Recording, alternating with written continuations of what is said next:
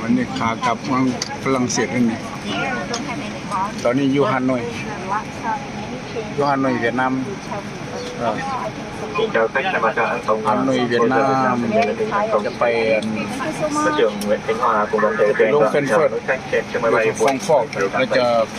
ต่อแฟรงก์ฟอร์ตไปตูลูสประเทศฝรั่ง Sân เศ bay ส di chuyển của chúng ta vào khoảng แฟรงก์เฟิร์ตหรือว่าฟรังก์ฟอร์ตเป็นประเทศเยอรมัน Xin chào mừng các sân bay cùng hàng không Việt เดี๋ยวการบินนี่ Sân bay tốt đẹp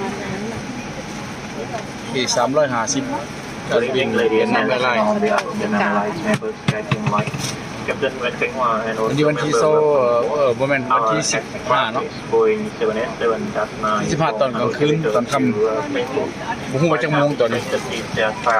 มองประมาณ11โมงครึ่งคืนนี่ออกจากเวียงจันทร์สีไข่บัดไตตอน7โมงปลายต่อยนต์จะไปลงแฟรงก์เฟิร์ตหรือฟรังก์ฟอร์ตจากฟรังก์ฟอร์ตจะไปตูลูสประเทศฝรั่งเศสโอเค